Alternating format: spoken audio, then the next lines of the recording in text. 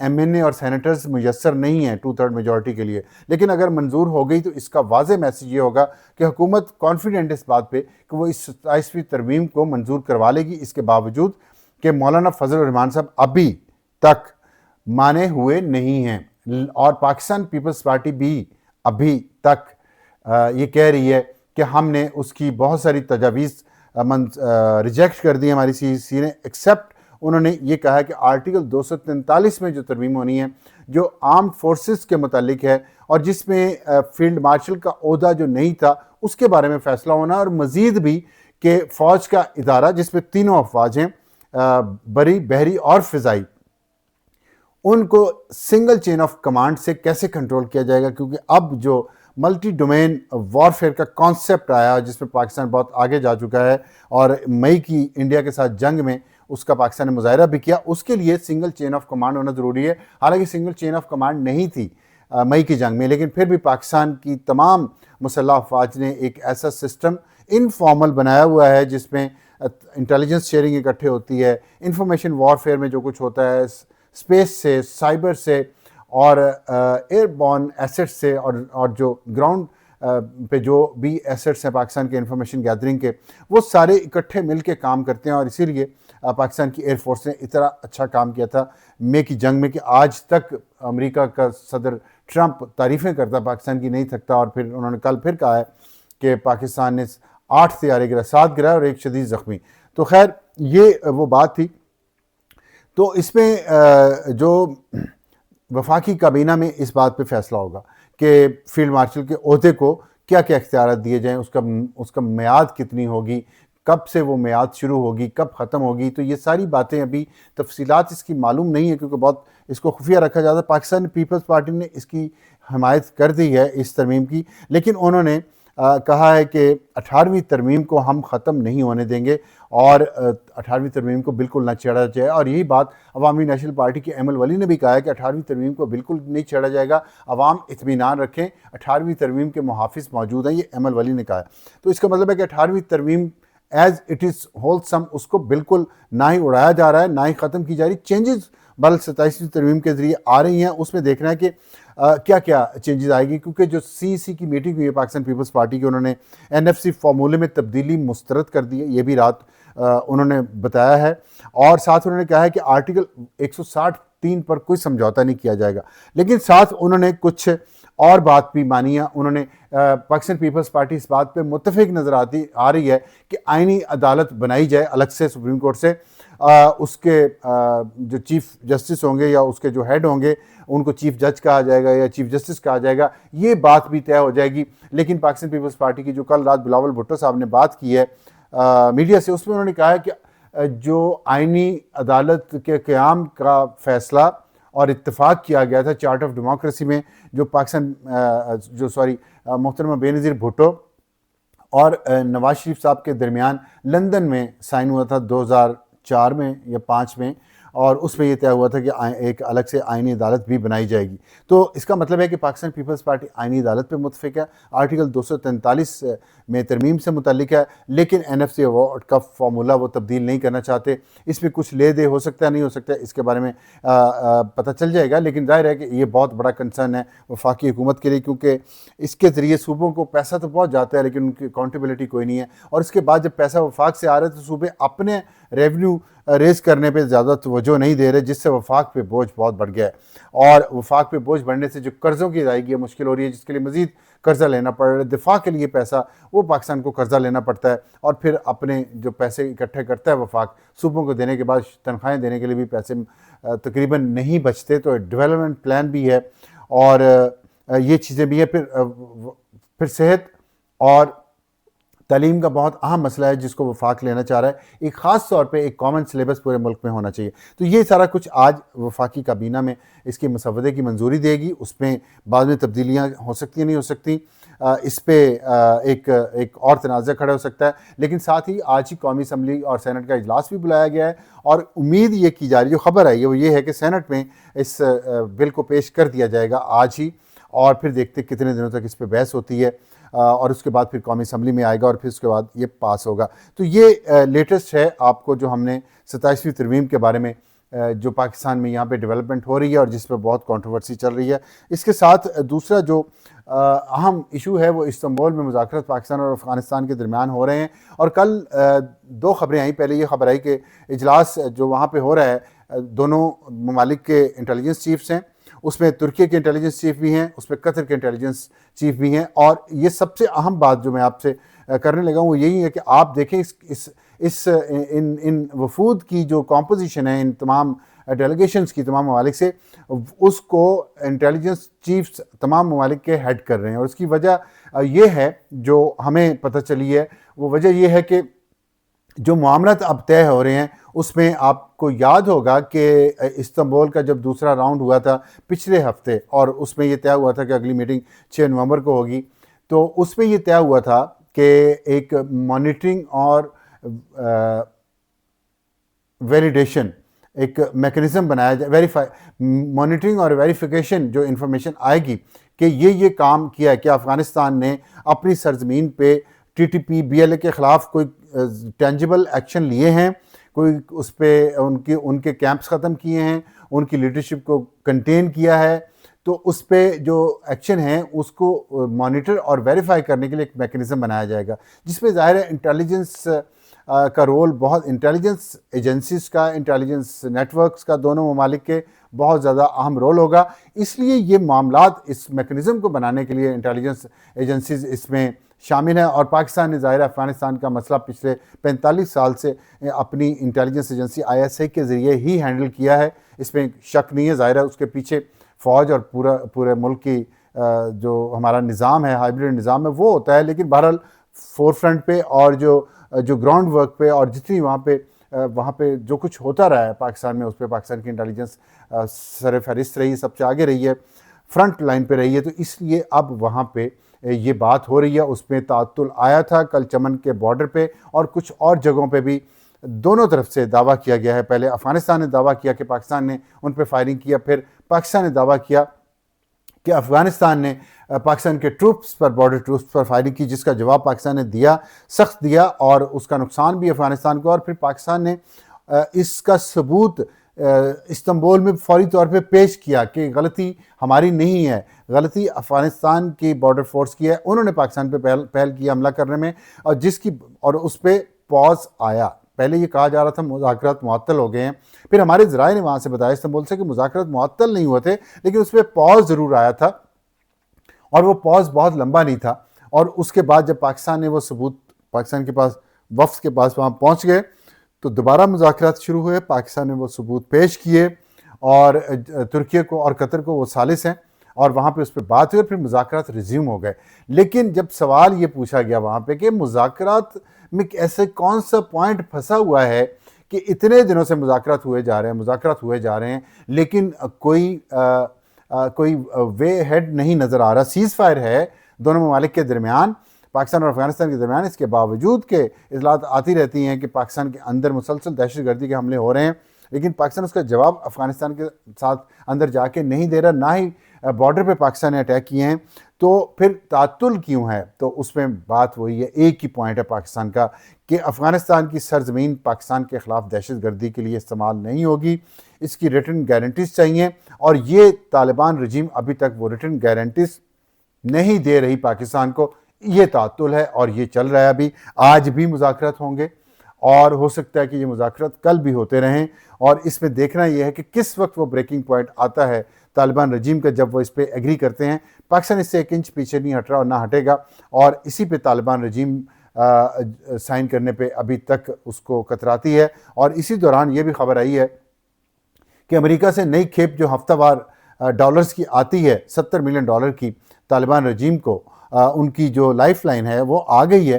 اور ظاہر ہے اس کے بعد طالبان رجیم میں تھوڑا کانفیڈنس بہتر ہو رہا ہے. امریکہ یہ کیوں کر رہا ہے؟ امریکہ کے اندر اس پہ آوازیں اٹھ رہی ہیں کہ وہاں دہشت گردوں کی نرسری افغانستان بن گیا ہے, وہاں القاعدہ کام کر رہی ہے. القاعدہ جو امریکہ پہ دوبارہ حملوں کی پلاننگ کر رہی ہے افغانستان میں بیٹھ کے, اور امریکی ٹیکس پیئرز کا پیسہ انہی طالبان کو آ رہا ہے مسلسل پچھلے 5 سال سے. کیوں آ رہا ہے؟ اس کے پیچھے کیا حکمت ہے, اور کیوں امریکہ یہ کہہ رہا ہے؟ خاص طور پہ صدر ٹرمپ کی حکومت نے آ کے بھی یہ بند نہیں کیا. تو اس سے آپ سمجھ سکتے ہیں کہ کیا ہو رہا ہوگا. اور اس پہ ساتھ ہم نے یہ بھی خبریں آئی ہیں میڈیا میں ہمارے دوست ہیں وسی صاحب، انہوں نے یہ خبر ایک دی ہے کہ اسرائیل ایک ایسا ملک ہے، یہ آپ کو حیران کن لگے گی خبر ویسے، لیکن آئی ہے، اور اس کی تردید بھی طالبان کی طرف سے نہیں آئی، کہ اسرائیل وہ ملک ہے جو انڈیا اور طالبان کو قریب لا رہا ہے۔ اب آپ سوچیں یہ بات، اس کو ذرا لیٹ اٹ سنک ان، کہ طالبان جو کہتے ہیں، بچوں کو گمراہ کرتے ہیں کہ آئیں جہاد کریں، ایک اسلامی ملک کے خلاف مسلمانوں کو ماریں، پختونوں کو ماریں، ان مسلمانوں میں سے جن میں سے 90% تعداد پختونوں کی ہے، ان کو ماریں، آئیں چلے مارتے ہیں، اور یہ جہاد ہے۔ اور کس کی مدد سے ہو رہا ہے؟ اسرائیل کی مدد سے، جو فلسطین پہ قابض ہے، جو غزہ میں مسلمانوں کا قتل عام کر چکا ہے، جو فلسطینیوں کی جینوسائیڈ کر رہا ہے مسلسل، اور اس پہ اس کے ساتھ مل کے اور انڈیا کے ساتھ مل کے، جس نے پاکستان کے خلاف مسلسل جارحیت کی ہوئی ہے پچھلے 80 سال سے، جب سے پاکستان بنا ہے، اور اب ہندو نظریے کے نام پہ وہ اسلامی ملک کے خلاف پڑا ہوا ہے۔ ان دونوں کا اتحادی ریجن میں پاکستان کے خلاف کون ہے؟ طالبان حکومت۔ تو اللہ اللہ کر سکتا ہے انسان اس پہ۔ اور کیا نظریہ ہے دیوبند کے مدرسے کا، کیا نظریہ تھا پہلے، اور اب آ کے پیسے کے پیچھے، مودی سے پیسہ دیوبند ہندوستان والے لیتے ہیں، اور وہاں سے پیسہ یہ طالبان لیتے ہیں، جو اپنے آپ کو مسلمان کہتے ہیں اور مشرقی طور پہ دیوبند کہتے ہیں، جن کی بڑی اچھی تاریخ ہے، اور پاکستان کا دیوبند اس کو اپنے آپ کو ان سے الگ کیوں نہیں کر پا رہا؟ یہ سوچنے کی بات ہے، اور یہ اتنی خطرناک بات ہے۔ اور اس کے ساتھ ساتھ میں اب آپ کو جو خیبر پختونخوا کی سچویشن ہے اس پہ بھی آخری میرا ٹاپک وہی ہے۔ وہاں پی ٹی آئی کے رہنماؤں کی گرفتاری کے وارنٹ اسلام آباد میں جاری ہوئے ہیں، عدالتوں نے کیے ہیں، اور اس کا تعلق یہ جو طالبان کی رجیم ہے افغانستان میں، اس کے ساتھ پی ٹی آئی کا تعلق کیا ہے، اس کے بارے میں آپ کو بتا دوں کہ ایک جو D G I S P R نے، جنرل احمد شریف نے پچھلے ہفتے ایک پریس ٹاک کی ہے، جو آپ نے ٹی وی پہ بھی دیکھی ہوگی، اس میں بڑی اہم بات کی ہے۔ اس نے کہا کہ پولیٹیکل جو ایک کلاس ہے خیبر پختونخوا کی، ان کا اشارہ پی ٹی آئی کی طرف تھا، انہوں نے نام نہیں لیا، لیکن اشارہ ان کی طرف سے ظاہر ہے، وہیں پہ انہی کی حکومت ہے مسلسل 13 سال سے، اور وہاں پہ ایک کرمنل کلاس ہے،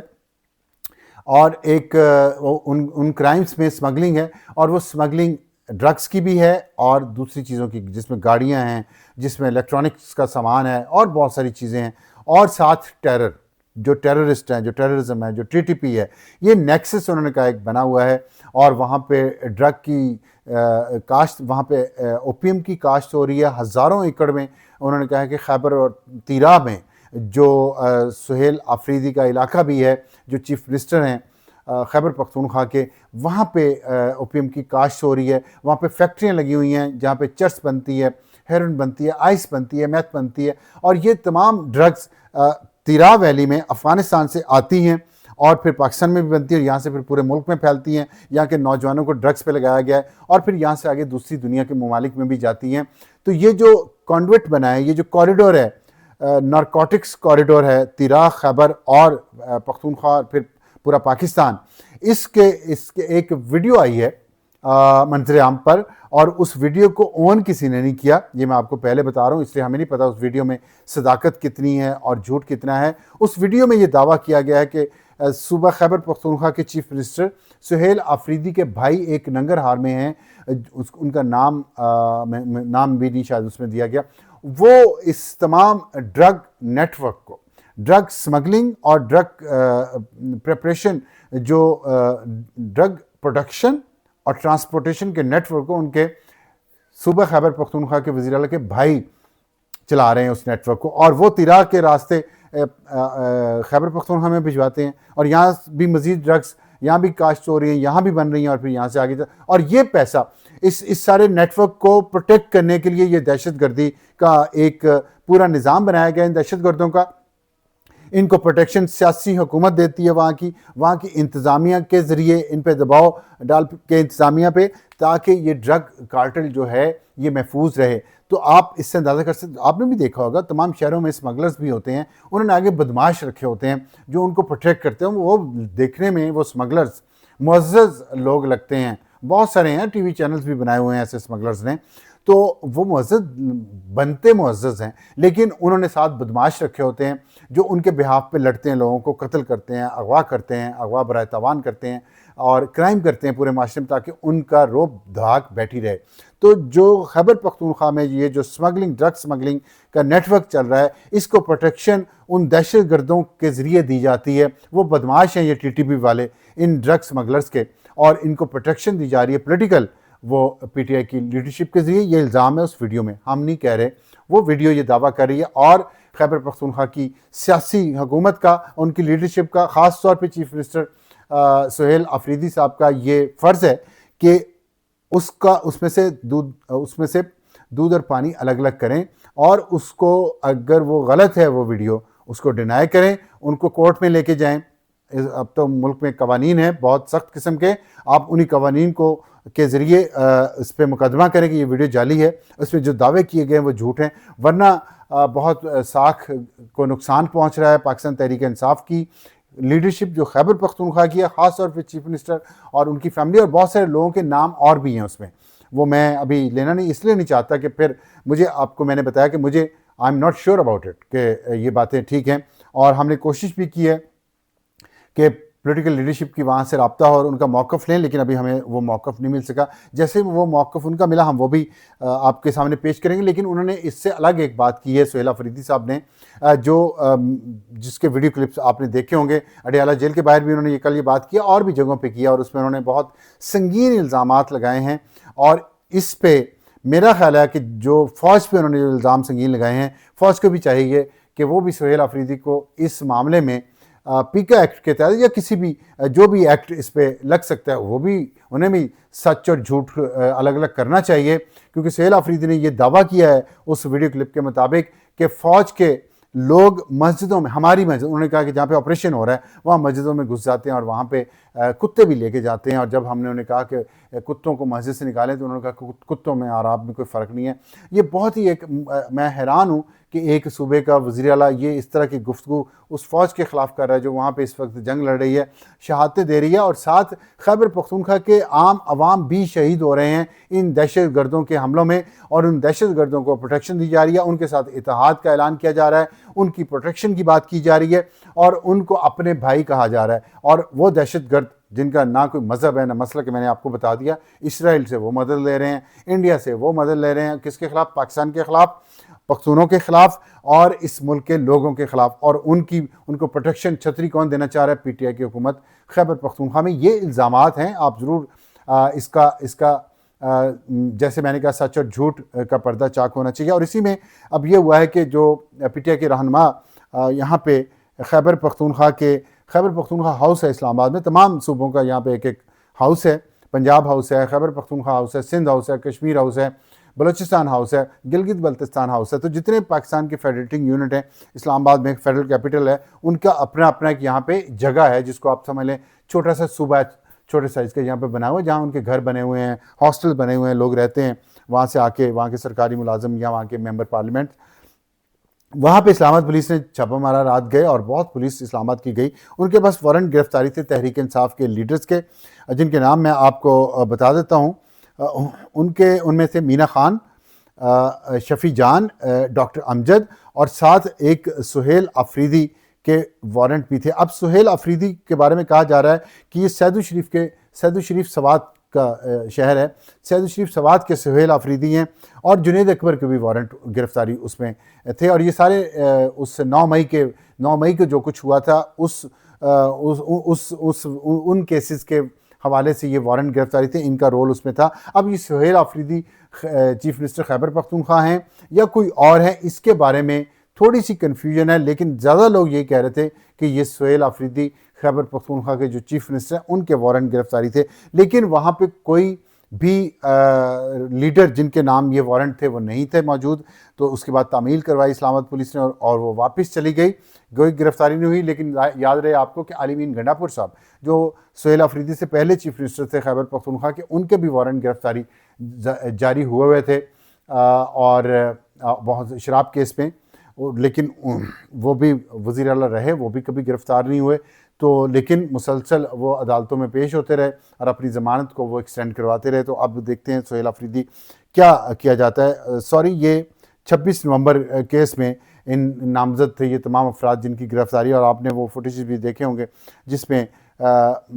سہیل آفریدی نظر آ رہے ہیں مختلف جگہوں پہ ہنگاموں میں وہ بھی وہاں پہ موجود نظر آ رہے ہیں. تو یہ ایک سچویشن چل رہی ہے، ٹینس ہے سیاسی سچویشن. اسی میں 27ویں ترمیم بھی آ رہی ہے، اسی میں پاکستان افغانستان کی ٹینشن بھی چل رہی ہے، اور اسی میں پاکستان اور انڈیا کی ٹینشن بھی چل رہی ہے. لیکن ہم دیکھ رہے ہیں کہ خان صاحب اپنے اس ایجنڈے سے نیچے نہیں آ رہے جس میں وہ چاہتے ہیں وہ لڑ کر اقتدار میں آئیں. وہ اقتدار چھیننا چاہتے ہیں، وہ ایک سیاسی عمل کے ذریعے اقتدار میں نہیں آنا چاہتے. سیاسی عمل جس کا نام ہے بات چیت مفاہمت، چاہے آپ کو مونچھ اپنی نیچی کرنی پڑے. یہ پاکستان میں ظاہر سچویشن ایسی ہے، اور اس میں غریب عوام کے بچے مریں گے، مرتے ہیں. آئندہ آنے والے دنوں میں ٹینشن نظر آ رہی ہے، یہ بڑھے گی. جو میں نے آپ کو سچویشن بتائی سہیل آفریدی